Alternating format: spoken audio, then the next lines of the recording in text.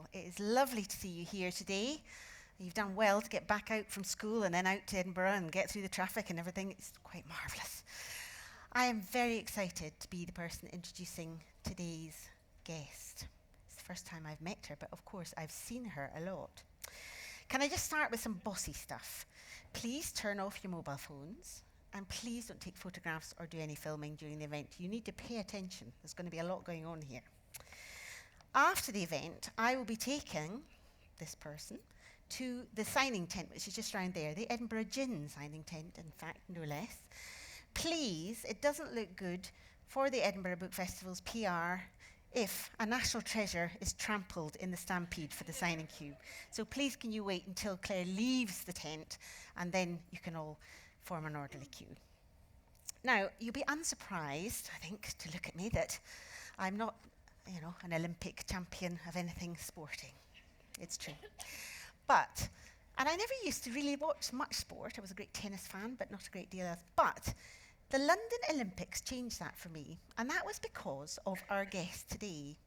And it was because she didn't just talk about scores and who beat whom. She talked about human stories, and she introduced us to athletes' parents. And it was all so exciting. So I'm not in the least bit surprised that Clare Balding turned her hand to writing fiction for children, because that's all about human stories and things happening to people and courage and bravery and teamwork. So you are in for a tremendous event here today, but I want you to start it by giving an enormous Edinburgh International Book Festival welcome, please, to Clare Balding. Thank you very much. Hello. Hello.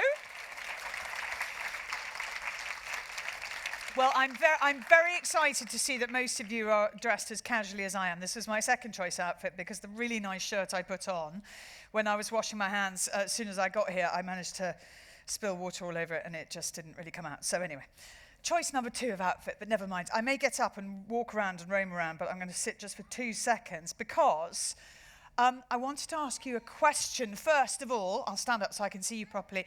Who here loves reading books? Put your hand in the air. Adults as well, please.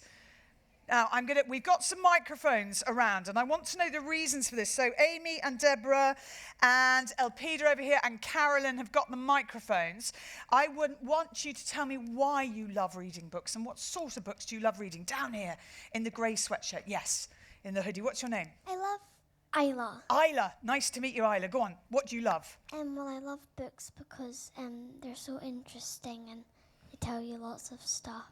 And do they take you to a world that's different from your own, do you think? Do they excite your imagination? Well, yeah, because sometimes people put Candyland and stuff in books. And They put Candyland in books? yeah, and Gosh, I've never done that. Candyland sounds good, though. but some people do it. Yeah, okay, that's an idea. Maybe I should have Candyland for like horses and dogs. And then we could decide what would be their candy, Do it? Okay, I will. Right, well, who else? Can you tell me what you love about books? We'll come down here's front, then I'm coming up to that section up there. Yes, in the stripe of your top, but go ahead. What's your name? Because Amelia. Amelia. Nice to meet you, Amelia. Go on. I like books because when you read it, you can't stop. You can't stop until it finishes. And then sometimes a bit sad, and so you start again. Thank you, Isla and Amelia. What about up here in the stripy top? Very good glittery front to that sweatshirt, by the way. Very good. Go on. What's your name? Beth. Beth, go on. Because they're really exciting and they take you somewhere different and you can imagine what's happening really easily. Right, the 3 of you have just described why I wanted to write books for you, for your age group. And it doesn't stop adults reading them. They are allowed. It's not forbidden. But I think that younger readers have really vivid imaginations. I think they do lose themselves in books and they do want it to keep going and going and going. And actually, particularly with this book, it's quite a long book, The Racehorse Who Learned to Dance. I think there are some very different themes in it. It's not complicated because it's about families, it's about friendship, it's about taking on challenges, it's about trying to resist sometimes the parental urge to protect you and stop you doing things. Because all of us, and this is adults as well, will have found in our childhood there are things we really, really, really want to do and our parents have said, no, you can't. And this is about what happens when someone's being told you can't and they think they can. And it was heavily influenced by two organisations that I've had quite a lot to do with, which I'll tell you a bit about in a moment or two. But first of all, let's have a little introduction to the racehorse who learned to dance. Oh, my job, no, don't do that. I'm pointing away at that, but I need to do it. Life is getting back to normal for Charlie Bass after her reluctant racehorse Noble Warrior won the Derby. Then, in the dead of night, Noble Warrior vanishes. The police are baffled. The clues are few. And if Charlie can't track down her beloved horse herself, she may never see him again. Find out what happens in The Racehorse Who Disappeared by me, Clare Balding, out now. Now, luckily, for those of you that haven't read book 2, that hasn't given away what happens in book 2, which is The Racehorse Who Disappeared. The book that is out now is The Racehorse Who Learned to Dance, and it's about what happens to him next, because has anybody here had an incident in their lives that they would regard as traumatic? Has anything happened to you that's really scared you and made you, right, down here in the middle? If we can get a microphone over here, Peter, thank you. Running through. And what's your name there in the hairband? What's your name? Yes, just there. Sophia? Okay, tell me what's happened that made you scared. I cut my head open. What? Oh, my word! Whereabouts? On the forehead? Was it right here? Or in the middle? Above there, right on your brow. How did you do that? I was running down a hill and then I tripped over a stone. And did you go flat on your face? Mm-hmm. Yeah, and you didn't, I mean, sometimes it's lucky if you don't put your hands out to break the fall, because if you put your hands out and you're really stiff when you fall, you can break arms and wrists and things. And I only know this because I fell off ponies a lot as a child. And you sort of learn how to fall and roll, which is good, but you survived that. But it makes you a bit nervous, doesn't it? When it first happens, you'd probably be scared of running, and particularly running downhill. You're very keen, but we'll come back to you in a minute because we've already heard from you, Amelia, haven't we? Just here in purple, oh, here we go. This is great. I'm testing all the mic holders. They're running around. This is a race. Who's going to get there first? Go on then. I yes. broke my left arm. And how did you break your left arm? My friend, not anybody here. Not them, they're not really my friends. A different friend. You've got lots of friends. I went to school in Hong Kong. Uh-huh. I was playing with her, and we were doing who could do the fastest, like, run up and cartwheel. And then I collapsed, and then my left arm... Well, as you were running to do your... Hang on, set the scene. So you've done one cartwheel already, and successfully or not? I was running. Yes. While I was in the middle of a cartwheel. Yes. It collapsed and went that way. Okay, so arm suddenly is behind your back, and what happened? Injury was? I broke it. You broke it. Where? Lower half? Top half? On my elbow. On your elbow. How long were you in plaster cast for? Do you remember? 2 months. 2 months. Oh, and it gets itchy, doesn't it? And it's frustrating. I'll tell you about a horse that had to have plaster cast for a long time in a moment. Anyone else found something that's happened to them, just over here on the left, that's made you then really scared afterwards? I fell down on my bike when I went down a really steep hill. Did you? Yeah. Oh, were you trying to were you going fast or were you braking? My brake didn't work, but my dad let me cycle to school, so then I couldn't... Okay. So then I used the wrong brake, and then I smashed into the railings at the bottom. Right. So that then made you very nervous about cycling. Yeah. So how did you get your confidence back again? Do you cycle now? Do you cycle to school now? Good for you. Right. So tell me about how you kind of got back on the bike, as it were. Literally. My dad took me to a bike shop and got me a new bike, and then it was really good for Dad. He felt really guilty. He's thinking, this is my fault. I'll get her a new bike. Okay. Yes, and you said thank you, obviously. Yeah. And then I got really excited, so I cycled it a wee bit, and I really enjoyed it. So I was just like, why don't I cycle again? And then I kept on cycling. Good for you. I think that's excellent. Round of applause. Very good story, well told. Chris Hoy has written some very good books about cycling, by the way. Well worth reading. Not that I'm here to sell his books, but So you saw before that the characters that appear in all three of the books that I have written. And I'm really interested in the relationship between brothers and sisters. And Charlie, who is my main heroine, she's got two brothers called Harry and Larry. Now put your hands in the air, adults and children, if you've got a brother or a sister. And keep your hands in the air if your brother or sister is the most annoying person in the world. Yeah. You see, because that's what happens, because we know them better than anyone else. They know us better than anyone else. They know how to push the buttons that annoy us. But also, if you can get them on side, they will be your best teammate, and they will be your best friend, and they will always be there for you, and you will always have this sort of unspoken understanding of each other. When my brother and I were growing up, if I cried about anything, Andrew would cry, and equally if he cried about anything, I would cry, not knowing what it was. And that's okay when you're children. When you're adults and your brother becomes a racehorse trainer and he wins the Oaks at Epsom and you go to interview him and both of you just start crying, that's because the other one is, that's not quite so good or professional. But we talked about having your arm in a plaster cast, yeah, for 2 months, you said. This horse, top left, he was a racehorse, and a racehorse called Reef, and he was very, very, very famous. And anybody over the age of 50 in here, so a long time ago now, will definitely remember him, because in 1971 he won the Derby at Epsom, and then he won the Eclipse, which is another real top-class race, at Sandown. And then he won the King George at Ascot a few weeks later. And then he went to France, to Paris, and he won the Prix de l'Arc de Triomphe, which is a huge race, like the best race in Europe. And he was the first British-trained horse to do that in about 30 years. And the following year, he was still in training, and he was going to go back and try and win the Arc again. And he broke his leg on the gallops at home. And it's really difficult. And that gasp, from all those who understand and know horses, that gasp is because you know how difficult it is to save a horse when they've broken their leg. Because for the first thing, they weigh half a ton. Secondly, you can't explain to a horse that you're going to put this plaster cast on and then to keep their weight off it while the leg recovers. And thirdly, you can't give them crutches to help them do that. It's also very difficult to give a horse anaesthetic, and you've got to put them under anaesthetic and knock them out to do the operation. That can be very dangerous. But a vet came over from America, and he did an operation on Reef that had never been done in this country before, and they pinned the leg, and they saved his life.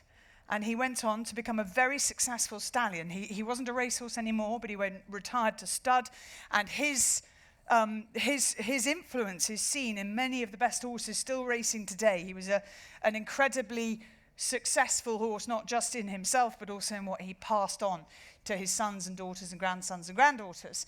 And when he had his plaster cast taken off his leg, and he was about to go off to stud, before he went, my father, and I guess my mother agreed, but my father, a little bit like yours, not really aware of dangerous things. So thought, oh, somebody ought to ride him before he goes. So I was not even two, I think I'm 1.5. Yeah, because I was born January 71, and this must have been about October 72, so yeah. I'm not yet 2, but I'm 1 3/4 or something. So they put me on Reef. Now, he was insured at the time for £1 million. £1 million in 1972 was a lot of money. It's still a lot of money now. So he was the most valuable horse in the world. I don't know how you value a child, but at the time, I was my parents' only child, so I guess that gives me some kind of a value, but you wouldn't know it, would you? Because you look at the picture, and there isn't anybody holding him, and there's no one anywhere near me either. But I look like a little jockey, because I think, subconsciously that's what I wanted to be. And I grew up surrounded by horses and dogs. This Shetland pony, she was called Valkyrie, and she was very much part of the family, so much so that I thought she ought to come into the kitchen, which didn't go down so well because ponies, unlike dogs, can't be house-trained. And so that got messy, and my mother was not pleased. But Flossie was my boxer, and that's me with Flossie. And then we had lurchers. We had lurchers and boxers. And boxers do have these wonderful faces. Who's got a dog? Who has a dog at home? And do you think your dog is the most beautiful dog in the world? Yes, right. Well, I thought so too. And so my mum said, if you think the boxer has a beautiful face, the world will be a beautiful place. And I think that's very true. Because if we can see beauty in the things that we love, we will be generous with our love, but also we'll see an awful lot of beauty. And that was the yard up the top. That's an aerial shot of the stables. So they were built in 1874, and one of the first purpose-built racing yards in the country. And my dad has trained there, and my brother now does, and my mother's father trained there as well. But rather than sort of show you a picture and say, imagine what it's like, I thought I'd ask my nephew Toby to explain a bit more and to interview one of the guys who works in the yard. Hello, my name is Toby and I am interviewing Michael, a jockey from Parkhouse Stables. Do you ride whatever the weather? Yes, indeed. You can ride in the sun, which is fantastic. The rain, which is not so good. Snow, thunderstorms, whatever the weather, we still go out in the mornings and ride the horses out. And here at Parkhouse, we have nearly 60 members of staff, and it takes every one of us to work as a team to look after them. We have ground workers that muck them out in the mornings, and we have riders, people to take them racing, drivers, vets, obviously our trainer, assistant trainer. So everyone pulls together to look after the well-being of the horse. Is it dangerous to ride a racehorse? Have you injured yourself? Yes, myself, I've broke my collarbone. It is dangerous. We do go at high speeds. How fast can a racehorse go? A racehorse can hit up to speeds of 35 miles an hour, which is incredibly fast to be sitting on top of a racehorse. Thank you so much, Michael, and good luck in your next race. I'm here with Macca Dang Dang. What do you think of the book? Now, I ought to tell you that Toby, when I originally asked him to do that for me, and it was a couple of years ago that he did it, he said no. And I said, why? He said, because I'm scared. And I said, okay, well, I'm not going to make you do it, but have a think about it, and, you might change your mind. So he went away, and he came back and said to me, he said, I've been thinking about it, and he said, I remember you saying at the Commonwealth Games in Glasgow that Adam Peaty, you know who Adam Peaty is? Do you know who Adam Peaty is? Exactly, the greatest swimmer in the world right now, certainly the greatest breaststroke swimmer there's ever been. He said, I remember you saying Adam Peaty was scared of water. I said, yeah, he was scared of water. So scared of water, he wouldn't even have a bath when he was young, let alone swim, okay? He did not like water. And he said, but how has he become the world record-breaking swimmer and Olympic champion and Commonwealth champion and world champion that he is? I said, because you can be scared of things and still be really, really good at them. And you have to overcome that fear, as we were talking about. You could end up being a world champion cyclist, and it'd be a great story when you tell it and I interview you and ask about how you got started. So he said, okay, I'll do it. And I think he did a really nice job. One of the things that I wanted to write about in this book, though, and I mentioned earlier that 2 charities that I've done work with have influenced it. One is an organisation called Retraining of Racehorses that looks after racehorses once they finish actually being athletes on the track and tries to find them something else to do because they're still quite young. Most racehorses would probably finish, certainly flat horses, wouldn't go on much beyond 5 or 6. Occasionally some do, but it's rare. And with jump racehorses, they might last a bit longer, but still they're young, 10, 11. And their racing career, for one reason or another, either injury or they just aren't that good at it or they don't like it anymore, trying to find them something else to do with their lives is a really interesting challenge. And they will go on and they might do dressage or showing, or they might be a hack. Some of the smaller ones are really quick and they take up polo and they look neat and nippy. And this book is about that, about Noble Warrior finding what he's going to do next with his life, but it's also about Polly. And as I mentioned, she's had this injury in book 2. And she doesn't recover from the injury in the sense that she recovers, but she hasn't got full movement in her left side. And I've done a lot of work with a charity called Riding for the Disabled. And RDA is this year celebrating its 50th anniversary. And they have centres all across the UK. There are plenty in Scotland. There are some very nearby. And they are run by volunteers. But it's a really good organisation, you know, with proper charitable funding, and it helps thousands and thousands of children and adults. And at the most successful level, those riders might go on to represent Great Britain at the Paralympic Games, like Natasha Baker, who won gold medals in London, and she won medals again in Rio. And Natasha Baker has a condition called transverse myelitis, which essentially means that on a horse, you look at her and you think, well, I don't understand. What, you know, she looks so elegant and beautiful, and she's a wonderful, wonderful rider. Why are you telling me that she's a grade 2 Paralympian? Because if you look closely at that picture, there are no stirrups there. And she has no feeling in her legs. And if she came into this room now, she'd be in a powered chair, and walking is a real issue. But put her on a horse, and she's free as a bird. And I really find that interesting, the relationship that she has had with her horses as well, and how she has trained them to respond to her voice. And also she'll carry 2 quite long sticks so that she can just make tiny little motions with her hand, and she can give. Cabral was the good horse that she had in London, sadly no longer with us, but he was just brilliant at knowing exactly what she wanted him to do. And she has become supremely good at riding dressage.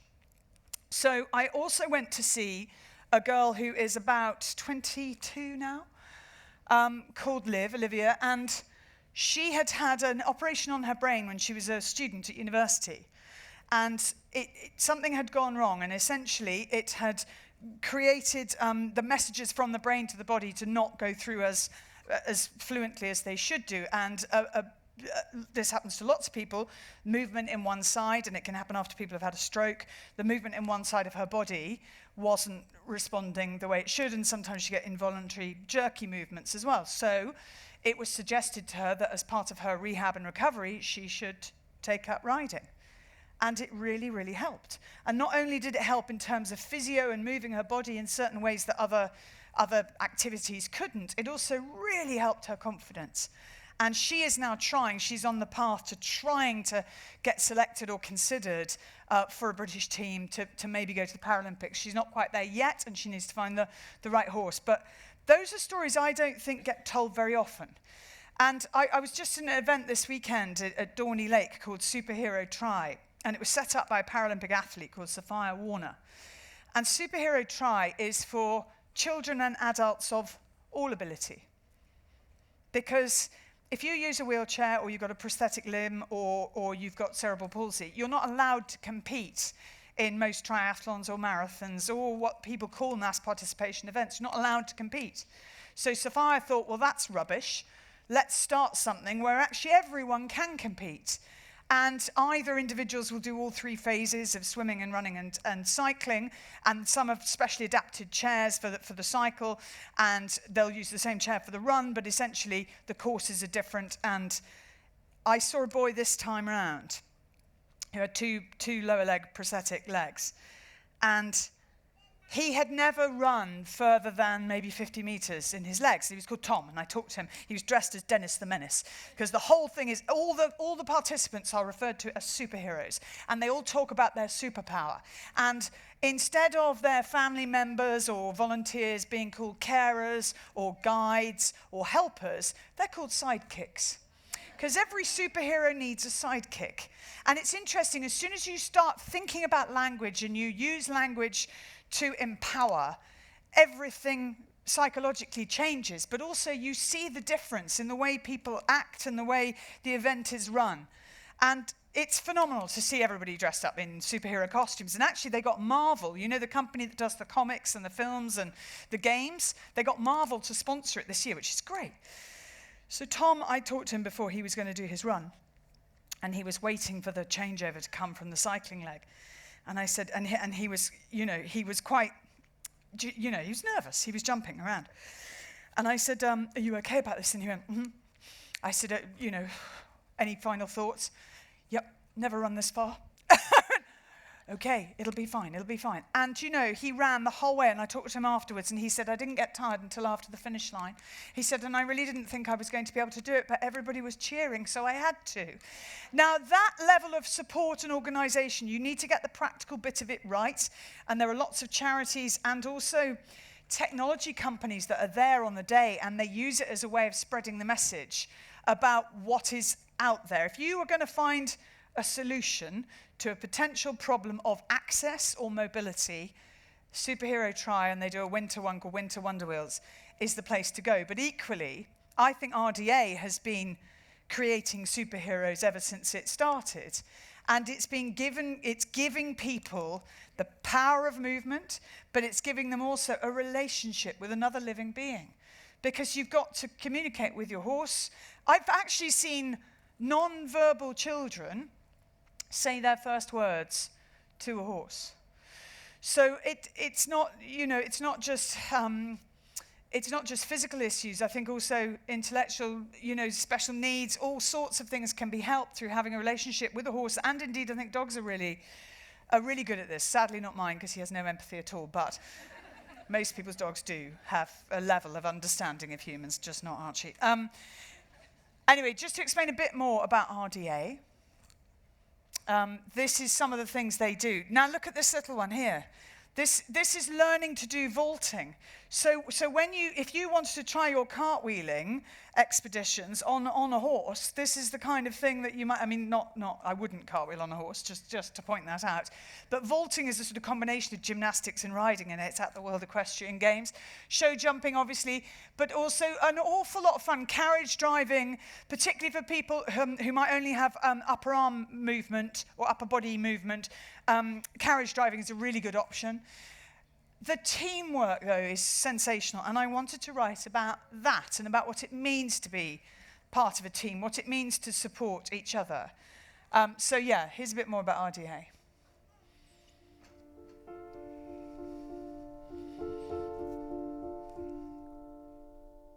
Every time I visit an RDA centre around the country, and there are nearly 500 of them across the UK, I am just blown away by the transformation that this charity can affect on people's lives. And when you see the children or the adults, the relationship they develop with a horse, the freedom it gives them, the sense of achievement, the challenge that it involves as well, you understand that this gives them something in their lives that is very, very special. And I think for the families that are involved, for the volunteers as well, they know they're doing something here that is genuinely transformative, that makes a difference to people's lives. And you only have to look at these ponies and horses to know that, that they are giving as well.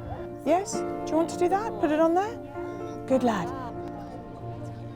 Volunteers are incredible as well. For them, I think they know they're involved in something that has a real purpose, but they make it fun. So it is about keeping kids and adults relaxed, keeping them enjoying things, giving them a sense of freedom, a sense of movement, a challenge as well, which is important. And I'm incredibly proud to support RDA, and I hope you are too. Everybody following on. Go on, G. I realise that in both videos I've shown you the horse has the last word, which makes sense. The other thing I wanted to explore a little bit in this book is the power of women's sport. And for the girls in the room, if I can just have lights up, girls and older women, put your hands up if you take part in regular sporting activity. Yeah? So you don't? Do you not do? You don't play netball or do football or anything? You do a bit. Okay. And I might just find out a bit more about it, because I want to know what you enjoy about it, what you do. So over here in the purple hoodie, will you tell me what sports you do and what you like about them? I do karate. Right, coming into the Olympic Games in Tokyo for the first time next year. Yes? And why did you take up karate? Why is that your option? Oh, well, my friend started doing it and I just decided to do it too. Is it she, your friend? He. Did he start doing it like at home and you thought, I need to learn how to do this properly so he doesn't keep kicking me in the head? No. What do you enjoy about it? Well, I enjoy practicing with my friends. Mm-hmm. I think it's interesting, karate, because a bit like in all the martial arts and indeed boxing, I think they require a lot of discipline. And I think you have to be very accurate in your movements. You've got to be incredibly fit. Your core's got to be very strong, hasn't it? Your balance has got to be good and your reactions have got to be fast. It's a great sport to do and really different. So thank you for that. Brilliant. Over here in the middle, in a sort of pinky hoodie, down the front of this. Yeah, well done. You got it, Karen. Thank you. Go on. I do hockey. Okay. Well, what do you like about... Oh, actually, no, the hockey isn't up there. I used to have pictures of hockey. Yeah, That's I was there netball. last time you... Yes, and I talked about the hockey. And I was on stage. Did you do the goalkeeping Yeah. shootout with me? Yeah. Ah, right. And what position are you playing in your hockey team? Well, I do a bit of goalie now. Yes. Inspired by Maddie Hinch? Yeah, I actually went to a training session. Did you? With Maddie in this country or in... Yeah, because she's obviously playing a lot of hockey in the Netherlands now. And did she talk to you about her homework? Because I remember I talked to you about that last time, didn't I? And about how she would look at her book and check where people were going to shoot. Yes. And what do you like about hockey? I like Yeah? everything. Everything about it. Well, that's fantastic. Right, just there with your hand in the air in pale pink. Yes, wait for the microphone coming at you now. Tell me about your sport. I like doing swimming. Do you? And what swimming stroke do you like? Anyone? Front crawl. Front crawl, very good. And do you swim short distances or long distances? Long. Do you? And what's your... Do you want to do open water swimming eventually? And swim in a lake or swim the channel? There's a really good book, actually, another book I'll recommend to you. There's a really good book called The Boy in the Water about the youngest boy ever who swam the channel. And it's fascinating. And actually, if anybody, it's just really interesting. The relationship he had with his coach was amazing and just, amazing. Go on. Sorry, go on. What's your aim? Do you want to do something with your swimming one day? I would like to swim a swimming race. Okay, well, fantastic. Good luck with that. Just behind you, up on the top row. Yes, do you want to tell me about the sport that you do? Horse riding. Horse riding. And where do you do your horse riding? At home. Yeah, and have you got a pony? Yes. Called what? Popcorn and charm. Popcorn and charm. So tell me first about popcorn. Give me a few adjectives to describe popcorn. Is popcorn a boy?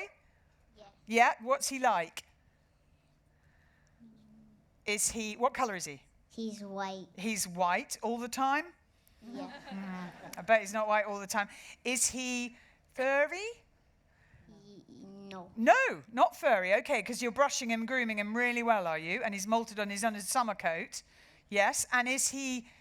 What sort of shape is he? He's very small. He's just 11. He's a little pony. Yeah. 11. But is he sort of short and round, or is he short and fine? Short, fine, but he's just a bit of a plodder. He's a plodder? Oh, my word, don't tell Popcorn that. And what about Charm? A show pony. She's a show. She's a show pony. Is she really pretty? Has she got lovely eyelashes? Yeah. Yeah. And do you plait her up for her showing? Yes. You do that? No. Who does that? Does Mum do that? That's good. I tell you, try and keep out of the plaiting for as long as you can.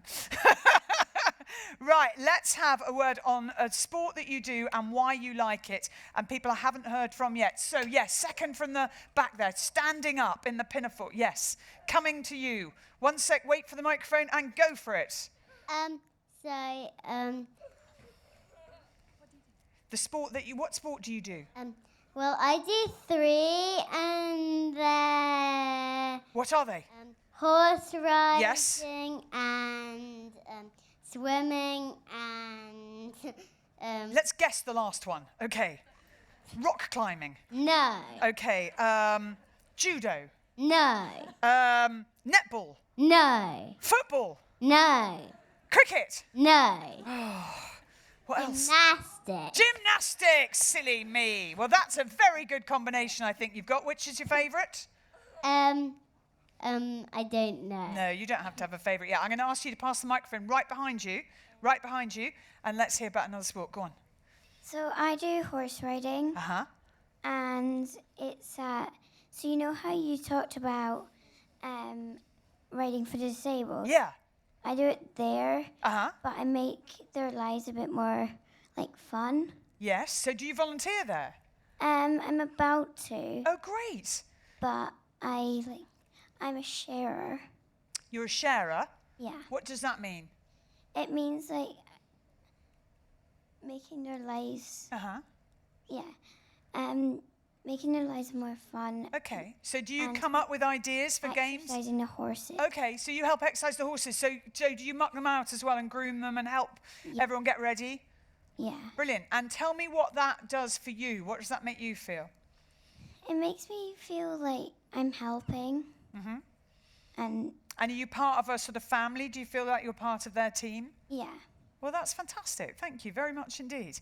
Right, down here in red. Yes, you pointing at yourself. Microphone's coming down to you now. So 1 second. Very, very good, by the way, everybody. You are brilliant. I like it because quite often people are very reluctant to put their hands up and speak into the microphone, and you're just not like that at all. You're like, it's like you've all got your own TV show. The power of YouTube. Go ahead. Yeah. What sport do you do? I do ice skating, horse riding, and swimming. Wow. Now, the ice skating bit of it, do you do figure skating or speed skating or ice hockey? Figure skating. Figure skating. And what started that? Did you see someone on the telly doing it and think, oh, that's what I'd like to try? Or did somebody suggest it to you? I just wanted to do it. Okay. And what's great about figure skating? What do you like about it? Is it difficult? It must be pretty difficult. Oh, kind of. Yeah, and I bet you've had a few tumbles, have you? Yeah. Yeah, but when you get it right, if you're planning a really difficult jump or a really difficult move, or you're skating backwards, which I think always looks really terrifying, when you get it right, what's the feeling inside? Really good. Really good. Is it a buzzy feeling? Yeah. Yeah. See, that's what you're after. And if you can find that in life, in whatever it is you do, you want to try and keep doing that thing because it really, really makes a difference. Right, if you pass the microphone just behind you, we've got 2 girls up there with their hands up, and I'm going to hear from both of you.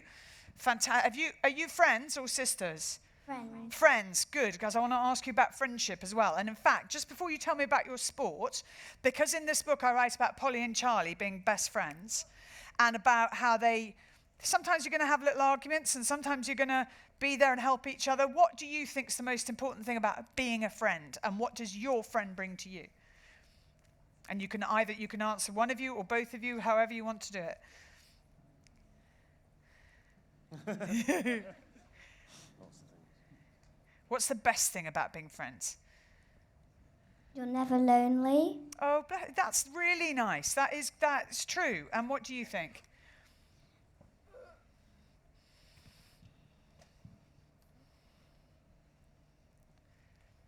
What do you try and be as a friend? What do you think you're trying to do?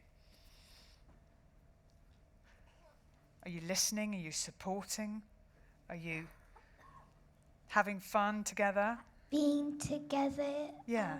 It's really fun. Yeah, exactly. It is. Right, now you wanted to tell me about the sports that you do, so go on. Hockey, Uh-huh. swimming, and kung fu. Kung fu! Okay, and what about you? Ballet, hockey. Ballet and hockey. Ballet and hockey. It's very difficult to say those 2 words close together. Thank you.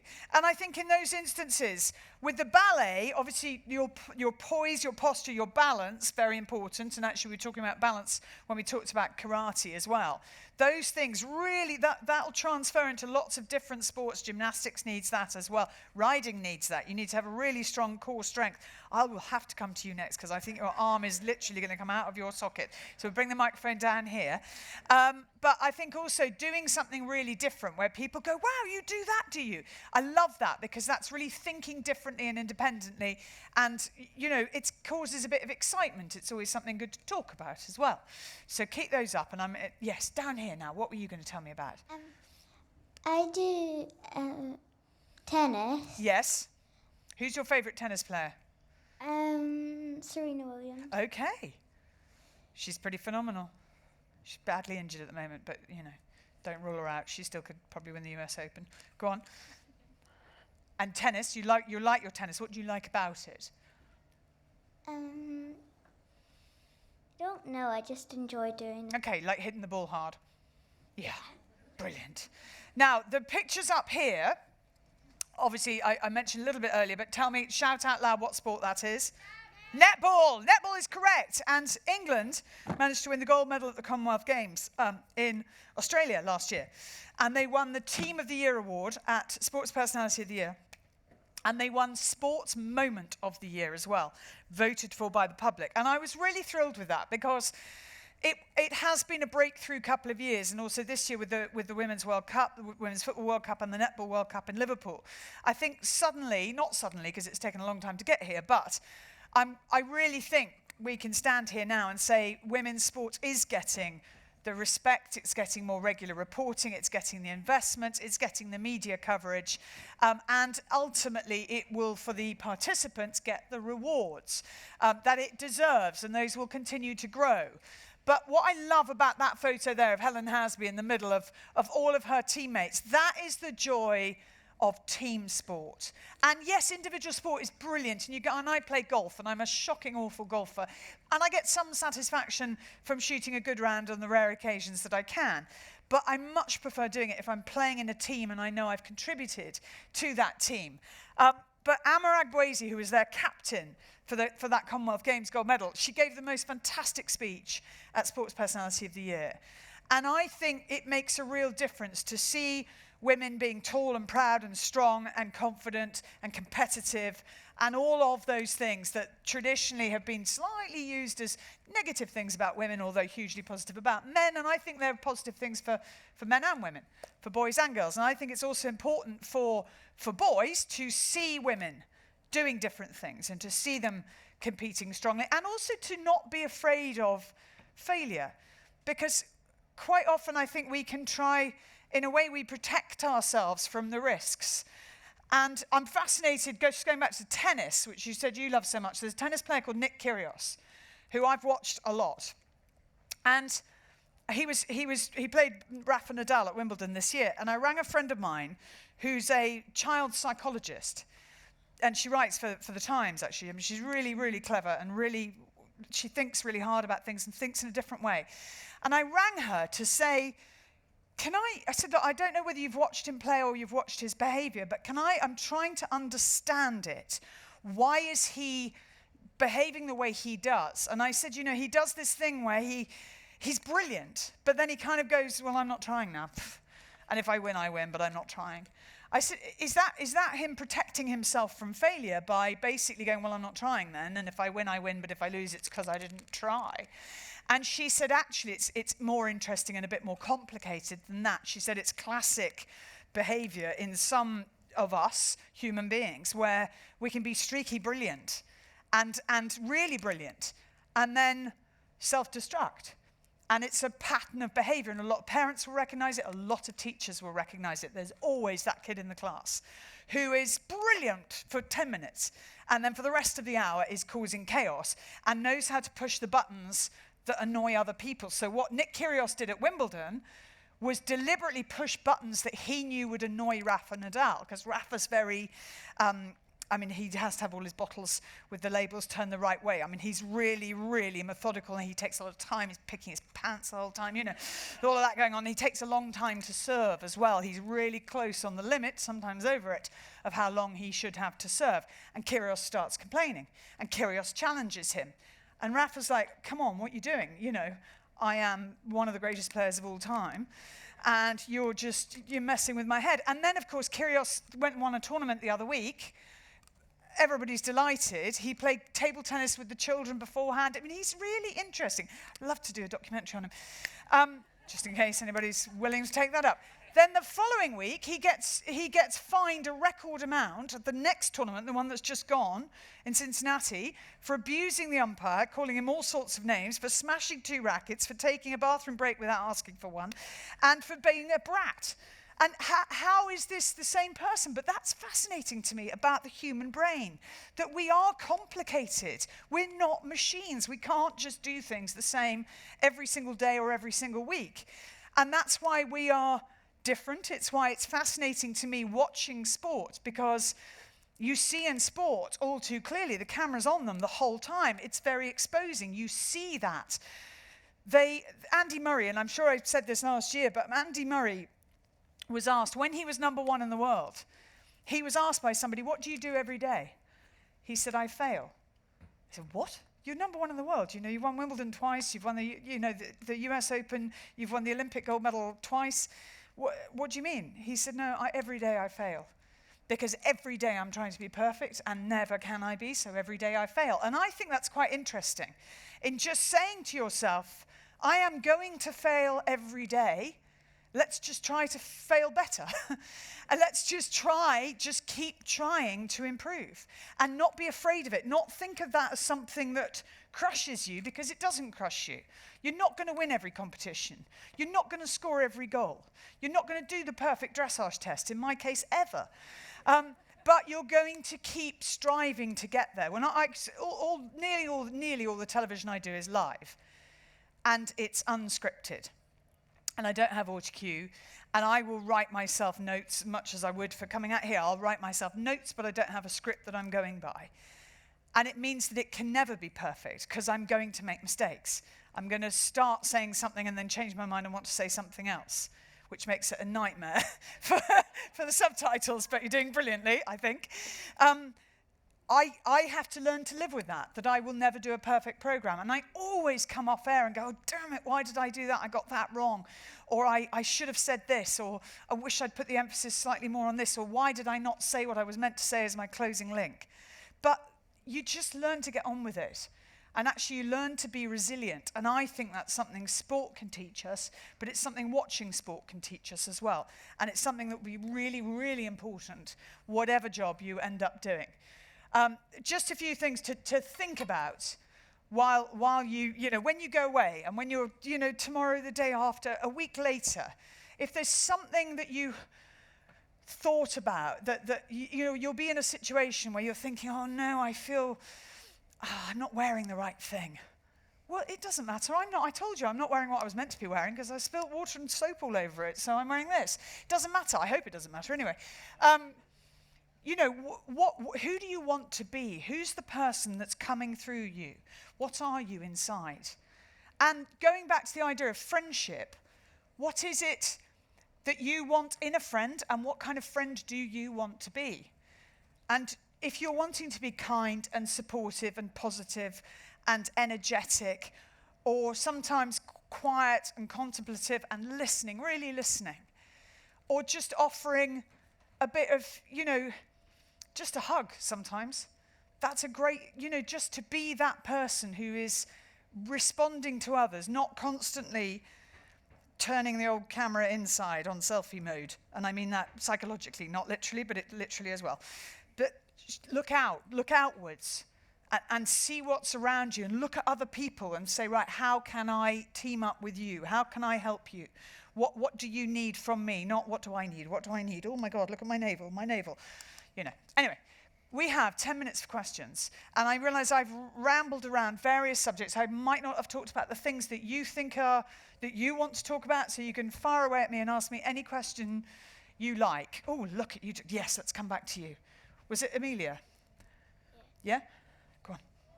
What's your favourite sport to comment on TV? Well, I do love doing tennis. And it's great fun at Wimbledon, because I work with some really interesting people. So John McEnroe, for example, turns up 2 seconds before we're going to go on air, if we're lucky, sometimes 2 seconds afterwards. And he doesn't do small talk. So he's brilliant if you're asking him a direct question. He's really interesting and really supportive, actually. But you're just not going to have a chat with him. Whereas Boris Becker, I have a real soft spot for Boris Becker, because God, he's made some awful decisions. And I really feel this might not be an awful decision, I hope not, but he's having a documentary made about him. While Wimbledon was going on, there's a film crew following him around. And I said to him, is it everything? He went, oh yeah, it's everything. I went, cool. It's going to be a good watch. And I get to work with Martina Navratilova and Tracy Austin and Pat Cash, never know what he's going to say. And it's just fascinating, and I love watching. I think as a sport, it's the one, like I was talking about Nick Kyrgios earlier, you see more in tennis because the camera's on their face and there's only 2 of them on the court. So it's about so much more than hitting the ball. But I love my equestrian sport, and although I don't present the racing anymore, I do show jumping and eventing and dressage, and I'm off on Thursday to Rotterdam to go and do the show jumping at the European Championships. Then next week I'm in Germany doing the eventing, and then the week after that I'm at Baillie doing eventing. So that's great fun because I can wear jeans and talk to horses all day, and that makes me happy. So, but those are probably my two favourite. And I do think there are some things, and women's sport is one, and Paralympic sport actually is another, that have a bigger impact. And that's why I talk about them a lot, because I think they change the way the world works, and I think they change the way we think. But sometimes it's just nice to hang around with horses just for the hell of it. Yes, next to you. What made you decide to write your books on horses? About horses. Well, I think, and I would encourage all of you to write stories about your lives, about the people you know, about, start making things up, because it's fun. So I thought I'll write about what I know, and obviously that relationship between children and horses I know and understand, and I hope I understand anyway, the way horses behave.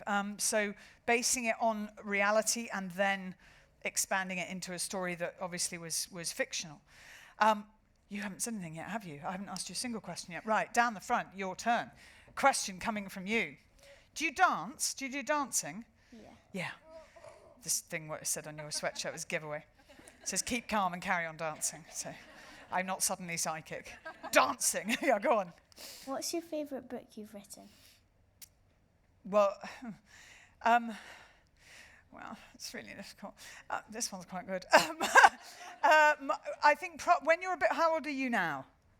9. Okay, when you're about 13, 14, you can read My Animals and Other Family, which I would, you've probably read, haven't you? Your mum's read it, yeah. Which is the story, it's the first book I wrote, and it's about me growing up in a place where dogs were more important than humans, as they should be, and surrounded by horses and all of that, and with a father who thought putting milk in the kettle was a good idea. But read that when you're a little bit older, because I think it's very truthful, but it's also quite funny, and it'll make you cry. But I think probably that's the answer to that one. Difficult question though. Right, now we've got a microphone at the back there. Your choice. Hand it to whoever you think will ask a good question. Oh, it's my friend with your sparkly top. Go on. How many horses do you have? What are their names and what are their breeds? Right. I don't have any horses that I just sort of ride for fun anymore. But my favourite years and years ago was a pony called Frank, who had brown ears and splodges on his neck and a spiky mane and sweet itch and mouth like a block of wood, but I loved him. I have a brood mare, okay? So she's called Rebecca Romero, named after an athlete who won medals at the Olympics in both rowing and cycling. And she has had 3 foals. One is called Laura's Legacy, named after Laura Trott, Laura Kenny as she now is. Unfortunately, she was not as athletic and sporting, or had the same sporting ability as Laura Kenny, and she's now in Germany with another owner. Her brother is called Pedal Power, see the theme here, and he looks quite exciting. He's only 2 years old, and he's named after a charity that I've done some work with in London that provides bicycles for refugees, and it's just starting to get women cycling, and quite often they come from countries where that is not encouraged, so it's interesting. So Pedal Power hasn't been on a race course yet, and according to my brother, he has some mental issues, which bothers me. But we're trying to, I've said, good, that's a challenge, you sort it out, you're the trainer.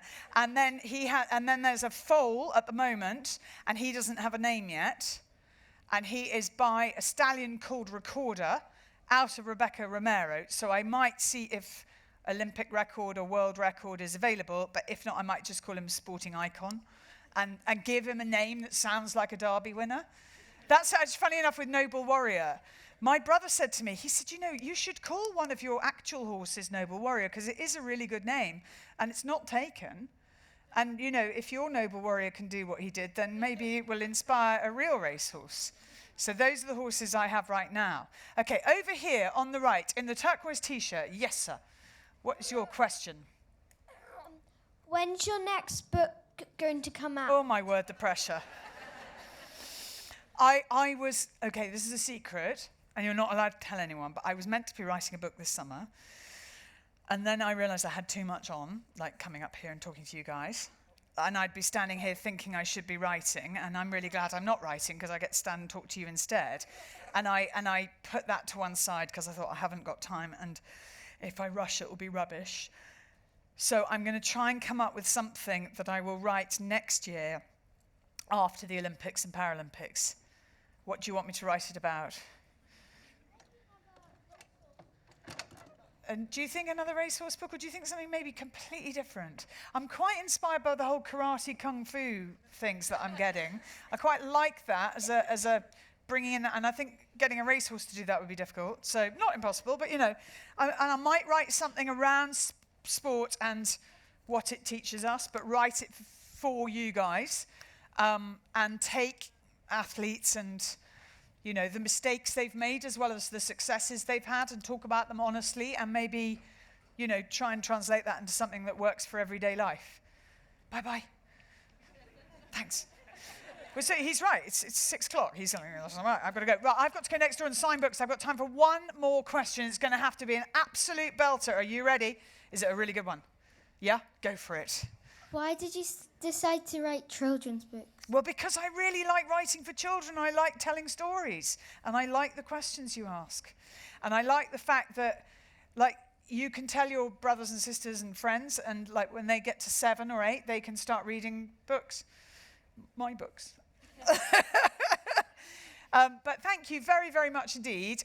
You have really been extremely active, I would say. You've given me a lot, made me think a lot. You've shared a lot with me. Hopefully I'll meet lots of you next door. And if there's things that you want me to talk about or questions that you want to ask me face to face, you can do that. I'm going to run around there now and see as many of you there as possible. Is that a deal? Will you be there? And I'll sign your books for you. Thank you very much indeed.